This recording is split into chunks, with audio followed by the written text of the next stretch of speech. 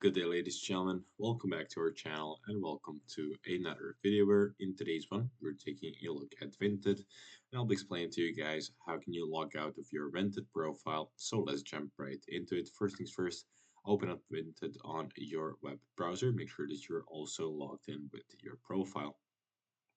From the home page, in the top right corner of the screen, you will click on your profile icon and then from this drop down menu select log out right at the end. Now what this will do is basically log out of your profile, and then in order to go back into your profile you have to log back in with your credentials. Essentially, you can do this anytime you want. So again, top right profile picture, and from the drop down menu pick logout and you will be good to go. That's it for today. Thank you for watching this video. If you found it helpful, leave it a like, subscribe to the channel, and I'll see you guys in the next one. Goodbye.